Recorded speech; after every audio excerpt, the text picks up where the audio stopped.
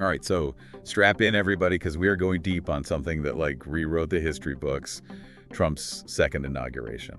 Not even just a second term, Yeah. but a second term with a gap, which you don't see very often. No. And especially with how intense things were politically back then. Exactly, and we've got a whole bunch of stuff on this news clips, transcripts, even some kind of like a insider info. Yeah. So let's see what we can figure out. Well, it's a situation with a lot of questions right off the bat. I mean, Biden issuing those preemptive pardons before Trump even took the oath, that tells you there was a lot of anticipation of what was coming next. For sure, like what were they bracing themselves for?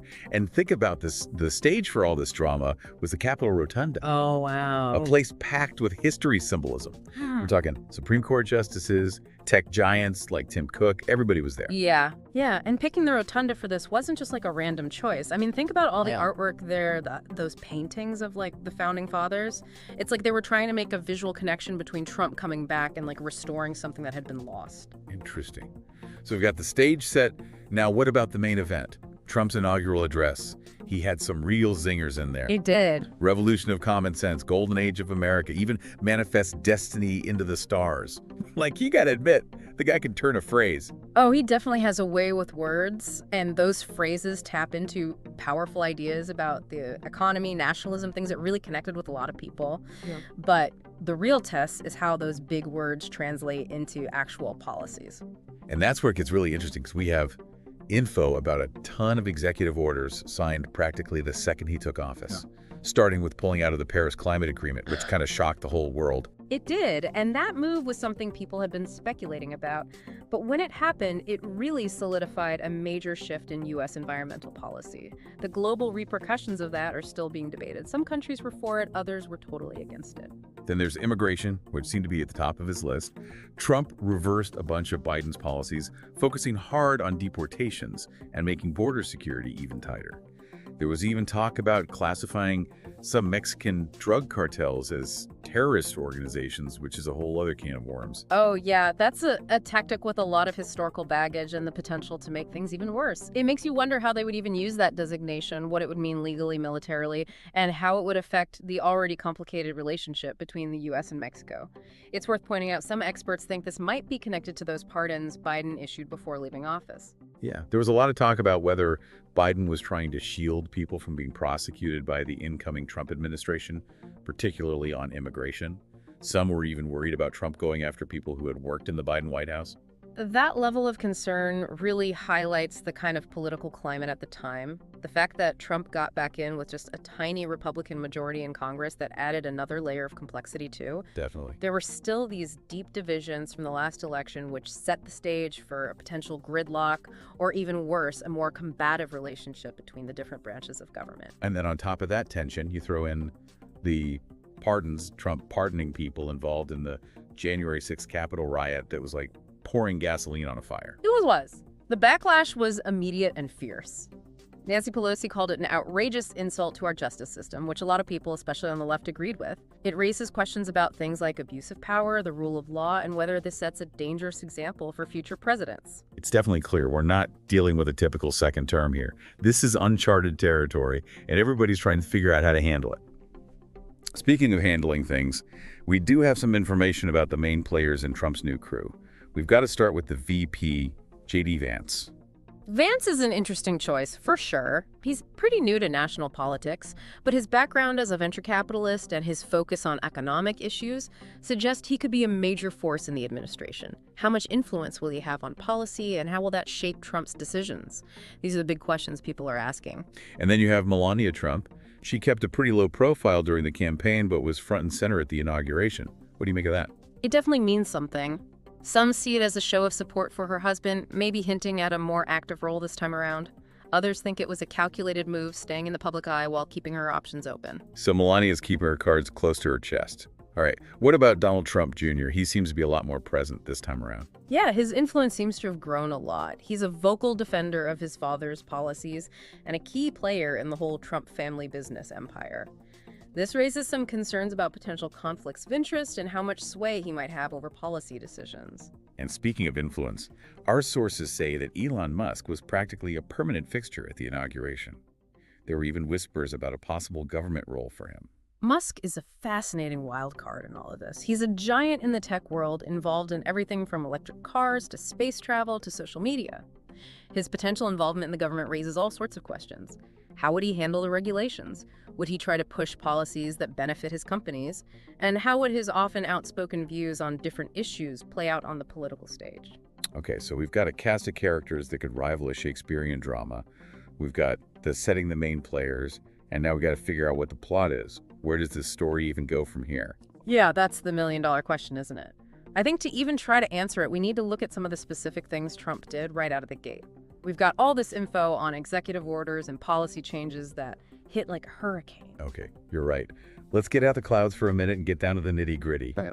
From what we've got, it seems like Trump was going for maximum impact, maximum disruption. Totally. One of the most surprising moves was his order to dismantle diversity initiatives in the federal government. It was like a direct reversal of some of Biden's key policies, and it immediately sparked a lot of debate. Yeah, that seems like a huge EE point of contention. What was the reasoning behind such a drastic change? Well, from the information we have, it looks like Trump argued that these initiatives were actually causing division, even discrimination, by giving certain groups an advantage over others. He framed it as a way to restore fairness and make sure government jobs and contracts were awarded based on merit, not identity. But wouldn't that open him up to accusations of discrimination from the other side? What about the legal side of things? This feels like it could lead to years of court battles. You're absolutely right. Legal experts predicted there would be a ton of lawsuits from civil rights groups arguing that the order violated equal protection laws. Politically, it was like throwing a grenade into an already tense situation, making it even harder to find common ground on issues like racial justice and equality. So more division, more gridlock. It's like a broken record. What else is jumping out at you from all these executive orders? Well, this one was a real head-scratcher for a lot of people, requiring federal workers to go back to the office full-time right away. No more working from home, everyone. Back to the grind. Wow, that's putting a hard stop to all those remote work policies agencies had adopted during the pandemic. Exactly. Trump's reasoning was that it would boost productivity and make government services better. He also said it would help revitalize those downtown areas that got hit hard economically during the pandemic. But I'm sure there was some pushback from those federal employees who had settled into working remotely. Not to mention the logistical nightmare of getting everyone back in the office all at once. Oh, there were definitely concerns about how practical this move was. People pointed out the problems with commuting, the impact on work-life balance, and the potential health risks for people who are immunocompromised or taking care of family members who were. It sounds like a recipe for chaos and unhappiness. Okay, changing topics a bit, we know energy policy was a major part of Trump's campaign. What did he do on that front? He signed a massive executive order aimed at, and I'm quoting here, unleashing Alaska's potential as an energy reservoir for the whole nation. We're talking opening up huge areas of land for oil and gas exploration, making it easier to get permits for energy projects. Whole shebang. So full steam ahead on energy dominance, as he called it. Exactly. It fit perfectly into his overall strategy of reducing dependence on foreign energy and increasing domestic production. But of course, this wasn't without its critics. Environmental groups were furious, predicting it would have terrible consequences for the Alaskan wilderness, and legal experts said to expect a bunch of lawsuits trying to block the order. Sounds like every move was designed to make a statement, even if it meant a fight. But what about anxieties around big tech? Was that on his radar at all? Actually, yes. And this one's a bit of a curveball. Remember all that worry even during his first term about TikTok and the security of its data? There were concerns about Chinese government influence calls for banning the app. Oh yeah, that was a whole thing. So did Trump just double down on those concerns? Not really. Our sources say that during a meeting in the Oval Office, Trump revealed he'd made a deal with TikTok's CEO to let the app keep operating in the U.S. Wait a minute, that's a huge change. What was the thinking behind that? From what we've gathered, Trump argued that this deal would protect American jobs connected to TikTok and ensure continued access to the platform, which is super popular, particularly among young voters. There was even a suggestion that the U.S. government might buy a part of TikTok as part of the deal. Wow, now that's unexpected. But what about all those concerns about data security and Chinese government influence? Did those just disappear? He did address them, but in a kind of dismissive way. He downplayed the risks, suggesting that his administration had already taken steps to address them. He even joked about how much money the U.S. government could make from owning a piece of TikTok. Sounds like classic Trump turning a national security concern into a possible business opportunity. But I bet those who've been raising the alarm about TikTok's potential dangers weren't too happy. It definitely added fuel to the fire for people who thought TikTok was a serious threat, and it made the already strained relationship between the US and China even more complicated. But before we get too deep into the global implications, I think we should come back home for a second. We have to look at how all these actions were playing out in the political arena, especially in Congress and with the American public. You're right. Let's zoom out and see the bigger picture. Mm-hmm. What kind of resistance was Trump facing in trying to push his agenda through? Well, remember that super slim Republican majority in Congress. That was a constant pain for him. Even a few Republicans switching sides could kill his legislative plans. And that makes those preemptive pardons from Biden even more interesting. It's like he was trying to protect potential allies from being targeted by Trump and his supporters, anticipating all the battles that were coming. Precisely. The political climate was so tense with all the bad blood from the previous election. And then you have the constant threat of legal challenges to a lot of Trump's executive orders. We know that various groups were already gearing up to sue him, especially on things like immigration, environmental regulations, and those diversity initiatives we talked about. It was like a perfect storm of potential roadblocks, political opposition, legal challenges, a divided public. It's almost amazing he got anything done at all. It must have taken some serious political maneuvering, maybe even some arm twisting to get his way. Definitely. But even with all that, the question remained, how would the American people react? Yeah, that's the big unknown. We know his supporters were fired up, but what about everyone else? The reactions were pretty much what you'd expect all over the place. His supporters saw his actions, especially on immigration and energy, as those of a strong leader keeping his promises. But I imagine there was a lot of pushback from those who felt his policies were damaging or even harmful. Oh, for sure. We saw a big increase in activism and organizing, especially from groups that felt threatened by Trump's agenda. There were protests, demonstrations, legal challenges. It was a time of intense action and resistance. And this was all happening against a background of already deep political division and social unrest. It was an explosive mix, and it felt like the country was on a knife's edge. Would these divisions get even worse? Would there be more unrest? These were the questions everyone was asking. It must have felt like being caught in a whirlwind watching everything happen, with a mix of fascination and worry. That's a great way to describe it. And speaking of people trying to make sense of this whirlwind, I think we need to talk about the people Trump surrounded himself with. Who were the key figures influencing his decisions, and what kind of power did they have? Okay, let's get into that inner circle. We already touched on some of the big names, J.D. Vance, Melania Trump, Donald Trump Jr., but who are the less-known players, the ones pulling the strings behind the scenes? Well, one name that keeps coming up is Kash Patel. He's a longtime Trump loyalist, and he had already been involved in some pretty controversial stuff during the first term. Remind me, what's his background? He's a lawyer and former intelligence official who had several positions in the first Trump administration, including chief of staff to the acting Secretary of Defense. And now he was put in charge of the FBI. That's a huge jump. It was definitely a controversial pick, to say the least. His involvement in some of the more questionable things that happened during Trump's first term raised a lot of concerns. People worried about his loyalty to Trump being stronger than his commitment to the law, his potential for using the FBI for political reasons. It was a powder keg. I bet those confirmation hearings were a real spectacle. Okay, who else was in Trump's inner circle? Another interesting addition was Tulsi Gabbard, a former Democratic congresswoman who'd become known for her strong views on foreign policy. Right, I remember her. She ran for president in 2020 as a Democrat. Exactly. Yeah. And now here she was appointed as the Director of National Intelligence by Donald Trump. Talk about switching sides. That's a major position with a lot of control over intelligence gathering and analysis. Yeah. What did her appointment mean?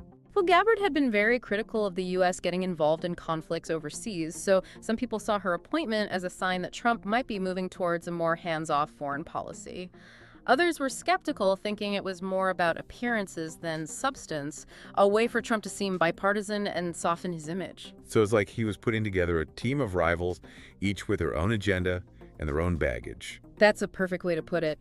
It created a situation where it was hard to tell who would have the most influence and how their competing interests would shape policy. And of course, there's the family factor. We talked about Don Jr., but what about other members of the Trump family? Were they involved at all? There were a lot of rumors about the roles of Ivanka Trump and Jared Kushner, who had held important positions in the first administration. Yeah, they were basically running things for a while there. They were definitely more low-key in the early days of the second term, but there were lots of whispers about them being involved behind the scenes. Were they advising Trump on policy? Were they pushing their own agendas? It was hard to know for sure, but their presence was definitely felt throughout the administration. It's like a real-life political soap opera, complete with family drama and power struggles. And just when you think you've got a handle on all the characters, there's always another twist. One person who we should talk about is Tom Barrack, a billionaire real estate investor with strong connections in the Middle East. Okay, now I'm really curious. Tell me about this guy. Barrack is a longtime friend and advisor to Trump, and he played a big role in the 2016 campaign, particularly with fundraising and building relationships with foreign governments. That sounds potentially shady. What kind of influence did he have over Trump? It's hard to say exactly, but he's known for being a smart businessman and a tough negotiator. Some thought he was advising Trump on trade deals and foreign policy, especially in the Middle East. But his involvement also raised concerns about conflicts of interest, considering all his business dealings overseas. Those concerns were definitely valid. It was a huge question mark hanging over the administration. How much were Barrack's own business interests affecting U.S. policy? It's a messy situation for sure. We need a whole separate deep dive just to untangle all the relationships and influences in this administration. You're right. But for now, I think we should get back to one of the biggest issues of Trump's second-term immigration. Okay, let's dive back into those policy details. We know this was a defining issue for him, and he didn't waste any time making changes. His executive orders on immigration were some of the most significant and controversial things he did during his entire time as president. Let's break it down. What were some of the key elements of his new approach? One of the biggest changes was expanding what's called expedited removal. It's a process that lets immigration officials deport people who are here illegally without a hearing in front of a judge. Wow, that sounds like it really limits people's right to due process. It was a major shift from how things were done before, and it immediately faced legal challenges. On top of that, Trump brought back the Remain in Mexico policy, which forces people seeking asylum to stay in Mexico while their cases are being processed in the U.S. That policy was incredibly controversial during his first term. Human rights groups said it put vulnerable people at risk of violence and exploitation in dangerous border towns. You're right. And when it was brought back, there was a lot of criticism from people who saw it as a cruel and heartless policy. What about the border wall? Did he make any progress with that? He did. He signed an executive order telling the Department of Homeland Security to start building the wall along the U.S.-Mexico border, again fulfilling one of his big campaign promises. But that project had a lot of logistical and political problems from the start. How is he planning on getting past those? That was the big question. The source material doesn't give us a lot of details, but it seems like he was determined to push ahead, even if it meant taking money from other projects or getting into legal battles. And we can't forget about his crackdown on what are called sanctuary cities. Those are cities that don't fully cooperate with federal immigration enforcement, right? Right. Trump signed an executive order that would withhold federal funding from sanctuary cities. He argued that these cities were protecting criminals and putting public safety at risk. That's a pretty aggressive tactic. Did it work? It led to sanctuary cities immediately filing lawsuits, arguing that the federal government was overstepping its boundaries and trying to force them to carry out federal immigration policy. It became another battleground in the fight over immigration, with both sides refusing to back down. So basically, Trump was taking a much tougher stance on immigration, focusing on enforcement deterrence and limiting both legal and illegal immigration. That's a good way to put it. And it's important to remember that these policies weren't just ideas, they had real consequences for immigrants and their families. We have reports here of more ICE raids in several cities, which created a lot of fear and uncertainty in immigrant communities. Families were being separated, people were constantly afraid of being deported. It was a really tough time. It was. And the legal battles over these policies were just getting started. It was clear that this would be a defining issue of Trump's second term with major implications for the country's future. It reminds you that politics isn't just about speeches and elections. It's about people's lives. These decisions have real human consequences. And those consequences are often felt the most by people who are already marginalized and vulnerable. So we have this whole web of policy changes, political battles, legal challenges. How is all of this being received by the American public? Well, as you might guess, it was a very divisive issue. I'm sure his supporters were happy to see him taking such decisive action, especially on immigration and energy. They probably felt like he was keeping his campaign promises and standing up for what they believe in. That's right.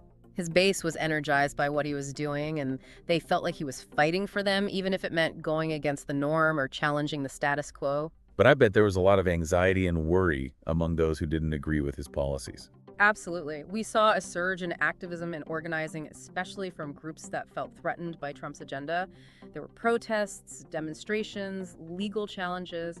It was a period of intense mobilization and resistance. Yeah, it really does make you wonder what happens next. What stood out to me was how ambitious Trump's agenda was. I mean, he wasn't just trying to tweak things a little. He wanted to completely change America's role in the world and its policies at home. And what's interesting is how much he relied on executive power to try and do it all. The sheer number of those early executive orders, it was unlike anything we've seen before. It was like he wanted to reshape reality overnight. It felt like he was racing against the clock, trying to put as much in place as possible before anyone could really stop him. That strategy can work for a while, but it's not very stable. The more he depended on executive orders, the more likely those actions were to be challenged in court or reversed by future presidents. It's like building a house on sand. It's high risk, high reward for sure. And it brings up a big question. Can any president really govern effectively if they're always battling Congress, the courts, and even a big chunk of the public? That's the key point, isn't it? Trump's second term was like a stress test for American democracy.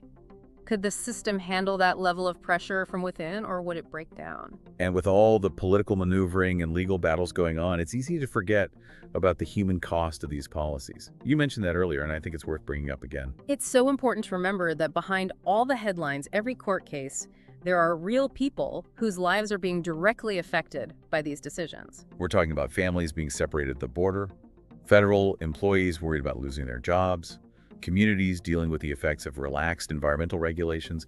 It's not just theoretical political debates. These are people's lives. Exactly. It's easy to get wrapped up in who's winning and losing in politics, but we can't forget that these policies have real consequences, often for those who are already struggling the most. So knowing all of that, what can we do now?